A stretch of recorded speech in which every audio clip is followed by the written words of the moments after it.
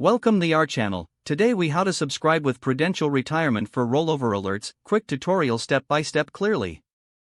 On the home page, locate the login button at the top right corner. Click on the login button to access your account. Enter your user ID and password in the designated fields. If you don't have an account, you'll need to create one by clicking on the register link. Follow the prompts to set up your account if necessary.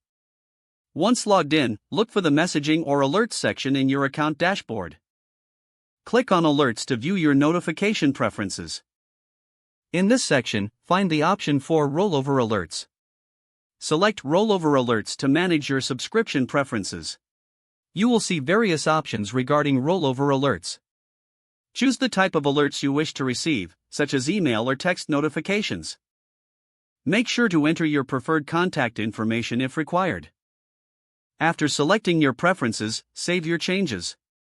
Confirm that your rollover alerts are now activated. You should now receive notifications as per the preferences you set up. Check your email or text messages to ensure you are receiving the alerts. If you encounter any issues, consult the support section of the Prudential Retirement website for assistance. If the page does not load, refresh the browser or try again in a private or incognito window. Make sure you are using the correct email address, then retype it carefully to avoid small typos. If your password is not accepted, use the reset option and create a new strong password you can remember.